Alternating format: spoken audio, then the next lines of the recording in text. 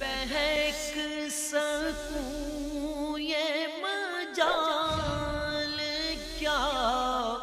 میرا رہنما کوئی اور ہے۔ الحمدللہ رب العالمین والصلاة والسلام علی سید الانبیاء والمرسلین، اما بعد فاعوذ باللہ من الشیطان الرجیم، بسم اللہ الرحمن الرحیم۔ الحمدللہ الہادی پروگرام میں اس وقت جس موضوع پر ہم کلام کر رہے ہیں وہ آسمانی کتابیں ہیں، اور آپ کو بتایا تھا کہ 4 آسمانی کتابیں جو باقاعدہ ایک کتابی شکل میں مختلف انبیاء علیہ السلام پر نازل ہوئیں وہ زیادہ مشہور ہیں۔ ویسے تقریباً 104 کتب نازل کی گئیں، جو حقیقتاً ویسے 4 کتابیں ہیں، باقی صحائف ہیں، جیسے مطلب یوں کہہ لیں کہ رسالہ جس کو کہتے ہیں، اس قسم کے رسائل بھی انبیاء علیہ السلام پر نازل ہوئے، لیکن چونکہ ہمارے نبی کریم صلی اللہ علیہ وسلم نے انہیں بھی کتب کا نام دیا اور باقاعدہ حدیث میں 104 کتابوں کا ذکر کیا گیا ہے، تو اس لیے میں نے اس کو کتب سے تعبیر کیا، اور انشاءاللہ وہ حدیث بھی آپ کی خدمت میں عرض کریں گے جس میں نبی کریم صلی اللہ علیہ وسلم نے اس کی تفصیل بیان فرمائی۔ جو 4 ہمارے مذہب اسلام میں یا مسلمانوں میں 4 کتابیں مشہور ہیں، یہ کوئی ہم نے اپنے پاس سے یہ کتابیں وضع نہیں کی ہیں، بلکہ یا ان کی معرفت ہم نے اپنے پاس سے کہیں سے حاصل نہیں کر لی ہے، بلکہ اللہ تبارک و تعالیٰ نے خود قرآن عظیم میں ان کتابوں کا تذکرہ اور ان انبیاء علیہ السلام کا کہ جن پر یہ کتابیں نازل کی گئیں ان کا باقاعدہ تذکرہ فرمایا ہے، اور ہماری اسلامی معلومات کا بنیادی ماخذ اور بنیادی سورس جس کو آپ کہہ سکتے ہیں وہ قرآن عظیم ہے۔ پچھلی قوموں کے واقعات جو قرآن میں بیان ہوئے، پچھلے انبیاء علیہ السلام، آسمانی کتابوں کا تذکرہ اور جو بہت سارے معاملات قرآن میں بیان ہوئے، وہ ہمارے لیے 100% شیورٹی کی حیثیت رکھتے ہیں، بالکل یقینی وہ بات ہے، اس لیے کہ یہ قرآن عظیم اللہ تبارک و تعالیٰ کا یقینی طور پہ کلام ہے، اور اس پر ہم تفصیلی کلام اگر آپ کو یاد ہو تو قرآن پاک کے موضوع پر جب ہم نے اپنا دوسرا ٹاپک کے مطابق کلام شروع کیا تھا، پہلا ہدایت کے بارے میں پروگرام چلا تھا، اور پھر اس کے بعد قرآن عظیم کے بارے میں تھا، اس میں ہم نے تفصیل سے یہ عرض کر دیا اور دلائل عرض کیے تھے، خود قرآن کی روشنی میں عرض کیے تھے، عقلی لحاظ سے بیان کیا تھا کہ قرآن یقیناً اللہ تبارک و تعالیٰ کا کلام ہے، اس میں شک کی کوئی گنجائش نہیں ہے۔ یہ قرآن اس بات کی گواہی دے رہا ہے کہ اللہ تعالیٰ نے سب سے پہلے باقاعدہ ایک کتابی شکل میں زبور کو نازل فرمایا، اور یہ حضرت داؤد علیہ السلام پر نازل کی گئی، پھر اس کے بعد تورات ہے یا توریت بھی اس کو کہتے ہیں، حضرت موسیٰ علیہ السلام پر، انجیل حضرت عیسیٰ علیہ السلام پر نازل کی گئی، اور چوتھی کتاب قرآن عظیم ہے۔ سورہ دہر آیت نمبر 23 میں واضح طور پہ اللہ نے فرمایا کہ اِنَّا نَحْنُ نَزَّلْنَا عَلَيْكَ الْقُرْآنَ تَنزِيلًا، اے حبیب کریم بے شک ہم نے آپ پر قرآن کو نازل فرمایا، اور یہ ہم نے آپ کو بتایا تھا کہ انزال اور تنزیل یہ 2 لفظ قرآن میں قرآن کے لیے استعمال ہوئے ہیں، اور عربی لغت کے اعتبار سے جب انزال کا لفظ استعمال کیا جاتا ہے، مثلا انزلنا ایسا کہا جائے گا، تو اس کا مطلب ہوتا ہے کہ پورا کا پورا قرآن ایک ساتھ نازل فرمانا، اور جب تنزیل سے آتا ہے جیسے نزلنا یہاں استعمال ہوا ہے، اس کا معنی ہوتا ہے آہستہ آہستہ بتدریج قرآن کو نازل کرنا، تو لہذا جہاں پر بھی انزلنا کا لفظ آئے گا اس سے مراد پورے قرآن کو ایک ساتھ نازل فرمانا۔ تو یقینی سی بات ہے کہ پورا قرآن ایک ساتھ تو دنیا میں نہیں آیا، بلکہ پورا قرآن لوح محفوظ سے آسمان دنیا پر اللہ تعالیٰ کے حکم سے ایک ساتھ نازل کیا گیا، پھر اس کے بعد آہستہ آہستہ دنیا میں اس کی آیتیں جیسے اللہ تعالیٰ کو منظور تھیں اتاری گئیں، اور تقریباً 23 سال کی مدت میں پھر قرآن کا نزول تمام ہوا۔ تو گویا کہ جب انزال کا لفظ استعمال ہوگا تو قرآن عظیم کا لوح محفوظ سے آسمان دنیا پر نازل ہونا مراد ہوگا، اور جب تنزیل یا نزلنا جیسے لفظ استعمال ہوا یہ استعمال ہوگا تو اس کا مطلب ہوگا آسمان دنیا سے دنیا میں قرآن کا نزول۔ تو اللہ تعالیٰ فرماتا ہے کہ بے شک ہم نے آپ پر قرآن کو بتدریج نازل کیا، آہستہ آہستہ نازل کرتے رہے، حتیٰ کہ 23 سال کی مدت میں قرآن کا اختتام ہوا یا نزول کا اختتام ہوا۔ تو یہ 4 کتابوں کا ثبوت خود قرآن عظیم میں اللہ تبارک و تعالیٰ نے بیان فرمایا۔ اس کے علاوہ دیگر صحائف بھی نازل کیے گئے، اس کے بارے میں اللہ تعالیٰ ارشاد فرماتا ہے کہ وَالْآخِرَةُ خَيْرٌ وَأَبْقَىٰ، اور آخرت دنیا کے مقابلے میں زیادہ بہتر ہے اور باقی رہنے والی ہے۔ إِنَّ هَذَا لَفِي الصُّحُفِ الْأُولَىٰ، بے شک یہ خبر پہلے والے صحیفوں میں بھی موجود تھی، صحف ابراہیم و موسیٰ،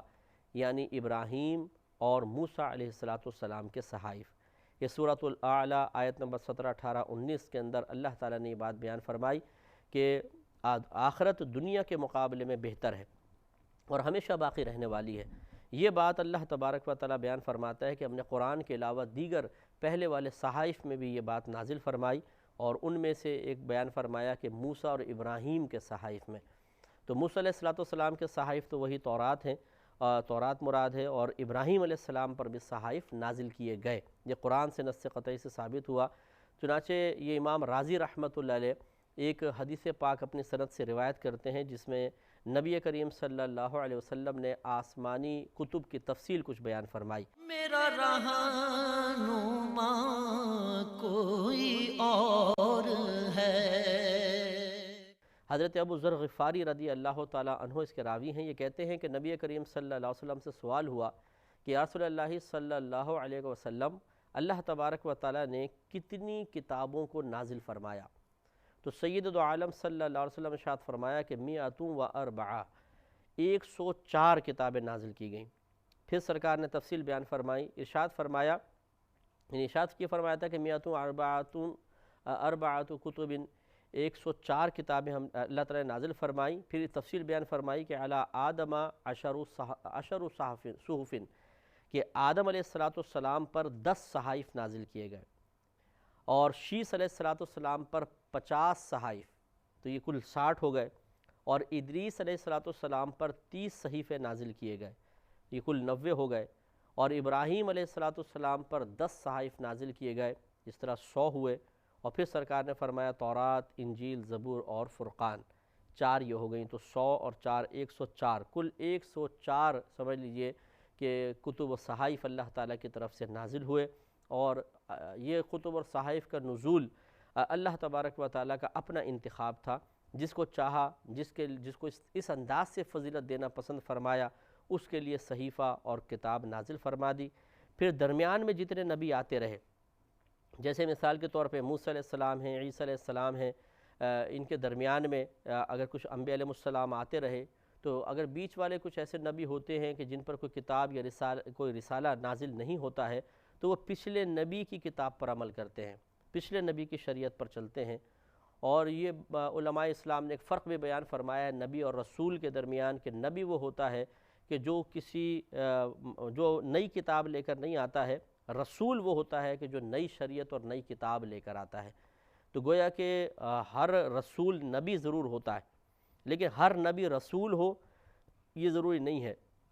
یعنی جس کو رسالت ملے گی وہ اللہ کا نبی بھی ضرور ہوگا، لیکن جس کو اللہ نے نبوت دی ہے وہ رسول بھی ہو، یعنی اس کو کتاب اور نئی شریعت بھی دی گئی ہو، یہ ضروری نہیں ہے، کیونکہ انبیاء علیہ السلام بعض اوقات تشریف لا کر پچھلے رسول کی شریعت پہ چلتے ہیں اور پچھلی کتاب کی ہی تعلیمات عام کرتے ہیں، تو وہ پھر کوئی رسول نہیں کہلاتے، وہ صرف نبی کہلاتے ہیں۔ تو اس سے معلوم ہوا کہ اللہ تبارک و تعالیٰ نے قرآن عظیم میں نہ صرف 4 مشہور کتابوں کا ذکر فرمایا، بلکہ دیگر صحائف کا بھی تذکرہ ملتا ہے، اگرچہ پوری تفصیل کے ساتھ نہیں ہے، لیکن تفصیل نبی کریم صلی اللہ علیہ وسلم نے بیان فرما دی۔ اب ایک بات یہ یاد رکھیے کہ آسمانی کتابیں، 4 کتابیں، دیگر صحائف بھی حق ہیں، لیکن اب چونکہ ان میں بہت تبدیلیاں ہو چکی ہیں، ان میں مطلب فرق آ گیا ہے، وہ کتابیں اپنی اصل شکل میں باقی نہیں رہی ہیں، لہٰذا اب ہم نہ تو ان کا انکار کر سکتے ہیں، اس لیے کہ قرآن عظیم میں اللہ تبارک و تعالیٰ نے بیان فرما دیا، اور نہ ان کا اقرار کر سکتے ہیں کہ یہ موجودہ کتابیں اللہ تعالیٰ کی کتاب ہیں، اس لیے کہ ان میں یقیناً تبدیلیاں واقع ہو چکی ہیں،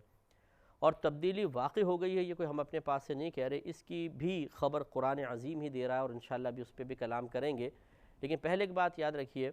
کہ جو پچھلی کتابیں نازل ہوئیں، توریت تھی، زبور تھی، انجیل وغیرہ تھیں، یہ عبرانی زبان میں تھیں، اور عبرانی زبان اب دنیا کے اندر ختم ہو گئی ہے۔ خود دیکھیں بخاری کی حدیث ہے، حدیث نمبر 4125، حضرت ابو ہریرہ رضی اللہ تعالی عنہ اس کے راوی ہیں، یہ ارشاد فرماتے ہیں کہ اہل کتاب تورات کو عبرانی زبان میں پڑھتے تھے، اہل کتاب تورات کو عبرانی زبان میں، اور اس کی تفسیر اہل اسلام کے لیے عربی زبان میں کرتے تھے، یعنی عبرانی زبان تھی، اس کو خود پڑھتے تھے اور پھر اس کا مفہوم اپنے پاس سے بیان کرتے تھے، یعنی اس کی تفسیر کرتے وہ عربی میں کرتے تھے اہل اسلام کے لیے۔ تو یقینی سی بات ہے کہ اس میں اس بات کا احتمال تھا، کیونکہ جب ایک بعینی ہی چیز انسان کسی کے سامنے پڑھے اور اس کو سمجھ بھی آئے تو اس کے پاس ایک پروف ہے کہ بھئی یہ چیز اصل ہے۔ لیکن اگر میں اصل آپ کے سامنے پڑھوں اور آپ کو سمجھ ہی نہ آئے، پھر میں کہوں چلو میں آپ کو سمجھاتا ہوں اور پھر میں اپنی زبان میں اپنے الفاظ کے ساتھ آپ کو سمجھاؤں اور یہ آپ کو سمجھ میں آ جائے، تو آپ اس بات کا دعویٰ نہیں کر سکتے کہ آپ نے واقعی اصل چیز کو محفوظ رکھا ہے، کیونکہ ہو سکتا ہے کہ میں اپنے پاس سے اس میں کچھ اضافہ کر دوں، ہو سکتا ہے میں کوئی بات بیان کرتے ہوئے اصل چیز سے کمی کر دوں۔ تو یقینی سی بات ہے کہ اصل مفہوم میں تبدیلی متوقع ہے، بلکہ واقع ہو سکتی ہے اور یقیناً ہو بھی جاتی ہے، کیونکہ جب ہم ایک بات کو آگے پہنچاتے ہیں تو بعض اوقات کچھ بات آگے پیچھے ہو ہی جاتی ہے۔ جیسے آپ نے عموماً افواہیں سنی ہوں گی کہ کہیں کوئی ایک واقعہ ہوتا ہے، وہ دوسرے کو پتہ چلتا ہے، دوسرا تیسرے کو، تیسرا چوتھے کو، چوتھا پانچویں کو، اور ہر ایک اس واقعے کے اندر تھوڑے تھوڑے پھل جڑیاں لگاتا چلا جاتا ہے، اور بعض اوقات واقعہ اتنا بدل جاتا ہے کہ کچھ انتہا نہیں۔ یعنی جو اسی واقعے کو روایت کرنے والے آپ 4 راویوں کو بٹھا لیں، چاروں سے واقعہ سنیں، ہر ایک مختلف باتیں کہہ رہا ہوگا، واقعہ ایک ہے، باتیں مختلف۔ وجہ یہ ہے کہ ہر ایک نے واقعے کو اپنے انداز سے بیان فرمایا۔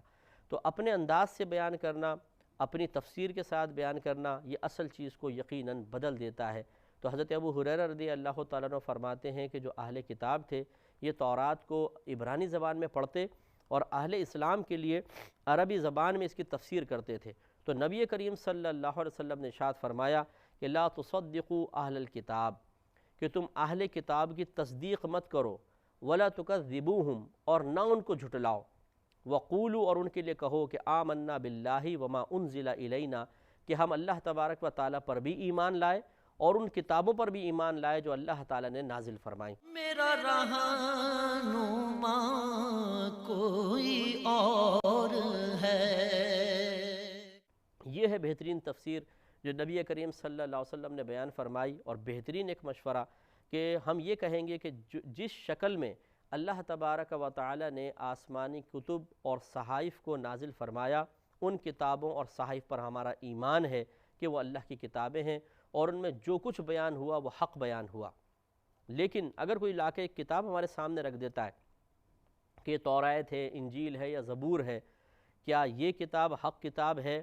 ہم نہ اس کی تکذیب کریں گے، نہ اس کو جھٹلائیں گے اور نہ اس کا اقرار کریں گے، بلکہ ہم کہیں گے بھائی اس کے بارے میں ہم کچھ نہیں کہہ سکتے ہیں، ہاں جو کتاب اللہ نے نازل کی تھی وہ کتاب یقیناً حق تھی، اس پر ہمارا ایمان ہے۔ وجہ اس کی یہ ہے کہ اس کی تصدیق اس لیے نہیں کریں گے کہ یہ اپنی اصل زبان میں ہے ہی نہیں۔ اب عبرانی زبان میں تو آپ کو کتاب ملے گی نہیں، کیونکہ عبرانی زبان تو ختم ہے۔ اب انگلش میں ٹرانسلیشن ہے، عربک میں ہے، یا اردو میں کر دیا گیا ٹرانسلیشن، اور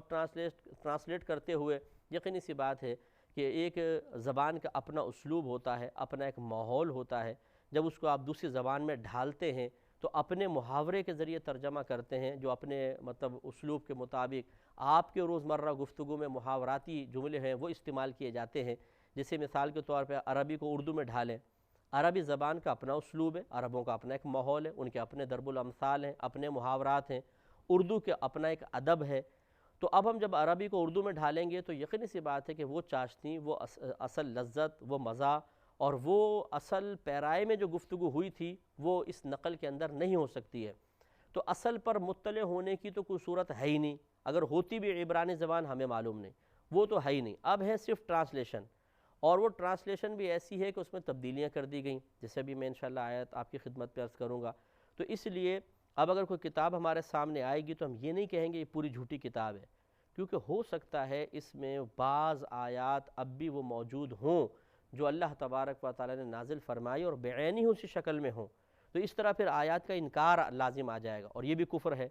اور ہم یہ بھی نہیں کہہ سکتے کہ ہاں یہ وہی آسمانی کتاب، ہم اس پر ایمان لاتے ہیں، اس لیے کہ اس میں یقیناً تبدیلیاں ہوئی ہیں، اور غیر کلام الہی کو کلام الہی قرار دینا یہ بھی کفر ہے۔ تو اس لیے نبی کریم صلی اللہ علیہ وسلم کے حکم کے مطابق ہم یہ کہیں گے کہ نہ ہم ان کی تصدیق کرتے ہیں نہ ان کا انکار کرتے ہیں، بلکہ ہم صرف اتنا کہتے ہیں ہم اللہ پر ایمان لائے اور ان کتابوں پر جو اللہ تبارک و تعالی نے نازل فرمائیں۔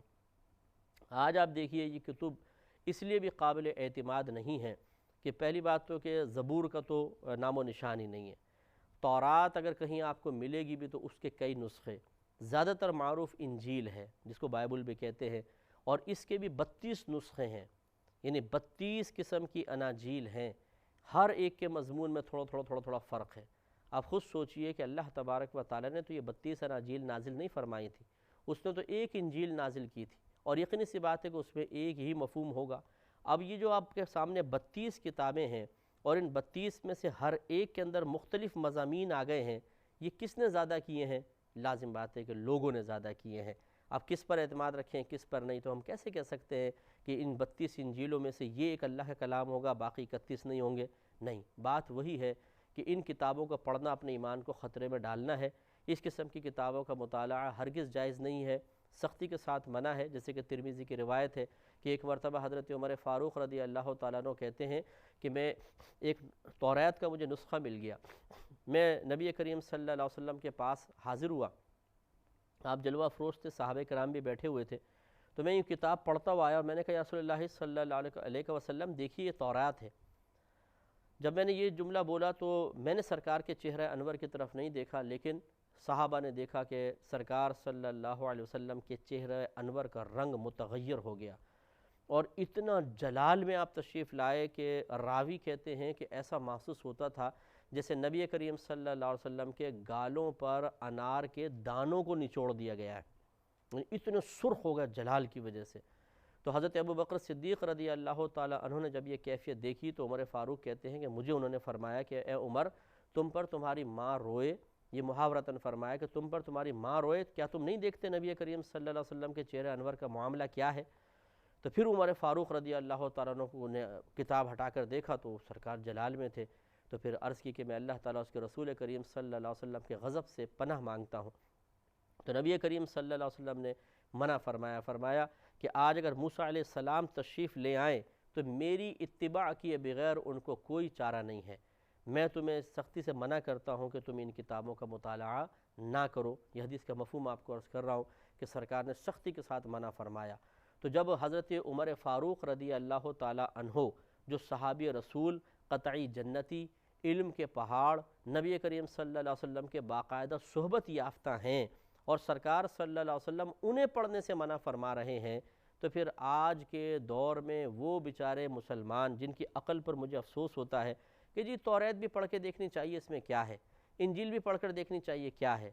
آپ یہ جملہ کیوں نہیں کہتے کہ چلے قرآن بھی پڑھ کر دیکھنا چاہیے اس میں کیا ہے؟ پہلے اپنی کتاب تو آپ پڑھ لیں، پہلے اس کا تو مطالعہ کر لیں۔ اگر آپ نے قرآن کو ایک دفعہ پڑھ بھی لیا ہے تو ایک دفعہ پڑھنا کافی نہیں ہے، اس کے مضامین کو بار بار پڑھ کے اپنے ذہن میں راسخ کرنا ہے کہ اس قرآن میں اللہ نے کیا کیا بیان فرمایا۔ جب آپ اس سے فرصت پائیں تو پھر آپ توریت یا انجیل کی طرف جائیں نا، اور پھر توریت اور انجیل کی طرف جانے کی ضرورت ہی کیا ہے؟ خود نبی کریم صلی اللہ علیہ وسلم نے ارشاد فرمایا کہ آج اگر موسیٰ علیہ السلام تشریف لے آئیں تو میری اتباع کے بغیر ان کا کوئی گزارا نہیں ہوگا۔ تو جب نبی کریم صلی اللہ علیہ وسلم واضح طور پہ اشارہ فرما رہے ہیں کہ اب اگر ہدایت حاصل کرنی ہے تو ہمارے نبی کریم صلی اللہ علیہ وسلم پر ایمان لانا ہوگا، اور آپ کی پیش کردہ کتاب یعنی قرآن عظیم جو اللہ تبارک و تعالیٰ کا یقینی کلام ہے، اس کو آخری کتاب تسلیم کرتے ہوئے اس پر عمل کرنا ہوگا، اس کے عقائد کو حتمی عقائد قرار دینا ہوگا، تب کہیں جا کے نجات ملے گی۔ تو جب نجات اور ہدایت اس پر موقوف ہے تو کس چیز کو ڈھونڈنے کے لیے آخر ہم توریت یا انجیل کی طرف جا رہے ہیں جن کے مضامین انتہائی مشکوک ہیں؟ یقینی مضمون کو چھوڑ کر مشکوک کی طرف بڑھنا یہ کس قدر بے وقوفی کی بات ہے۔ اس کو میں ایک مثال سے سمجھاتا ہوں کہ ایک شخص ہے جو بہت ہی دیانت دار، بہت ہی ایماندار اور پوری مارکیٹ میں مشہور ہے کہ آپ پیسہ انویسٹ کریں کبھی دھوکہ نہیں دیتا، اور دوسرا مشہور ہے کہ یہ فراڈیا ہے، دھوکہ دیتا ہے، کس کے پاس انویسٹ کریں گے؟ اس کو چھوڑ کے اس کے پاس جائیں گے تو بہت بڑی بے وقوفی۔ میرے خیال میں اشارہ کافی ہے کہ ہمیں قرآن سے اکتساب فیض کرنا چاہیے۔ اس پہ مزید کلام ہوگا لیکن نیکسٹ پروگرام میں۔ وآخر دعوانا ان الحمدللہ رب العالمین۔ میں بہک سکوں یہ مجال کیا، میرا رہنما کوئی اور ہے، میں بہک سکوں یہ مجال